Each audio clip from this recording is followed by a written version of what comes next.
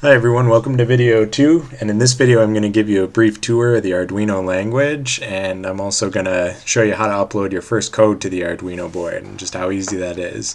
But first we're going to start off where I usually start off when I'm learning a new coding language, with examples. And Arduino is great because it has a bunch of built-in examples all the way from basic topics to more advanced. But for right now we're going to go with the most basic example, which is known as bare minimum.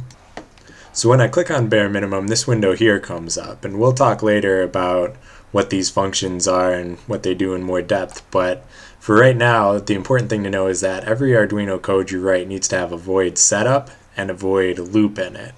And any code you put between this entry bracket here and this end bracket will run once when your code first starts, and anything you put between this bracket and this bracket will run over and over again until you turn off your Arduino board.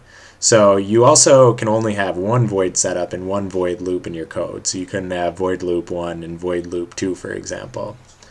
So now this is again the bare minimum code. I always load this up before I start a new program just because it does some of the typing for you. But we want to load something up that's going to let us do a little bit more and something that we can get some output from the Arduino. So we're going to go back to File, Examples, Basics, and this time we're going to load Blink.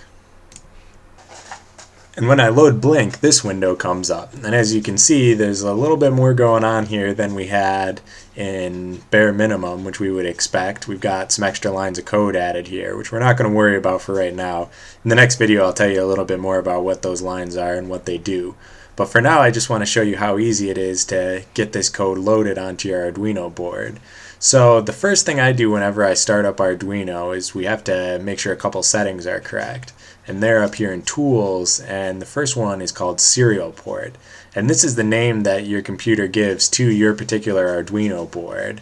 And you can see we have COM3 and COM15 here, but COM15 is actually our Arduino board.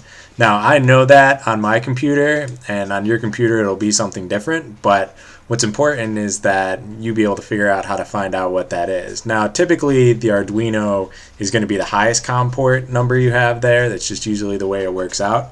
But you can also go into Device Manager in Windows, and if you go down here under Ports, you'll see it says Arduino Uno COM15.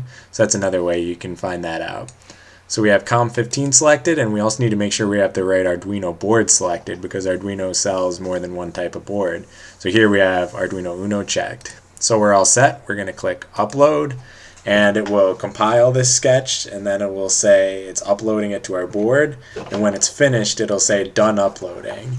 And if you've done everything right and you look at your board kind of on the top or the side depending on how you look at it, there should be a little orange light that blinks on and off about every second. So hopefully you got that to work, and hopefully you can see that Arduino makes it pretty easy to do a lot of simple tasks, especially uploading the examples that they have listed in the examples section. So I'll see you guys in the next video.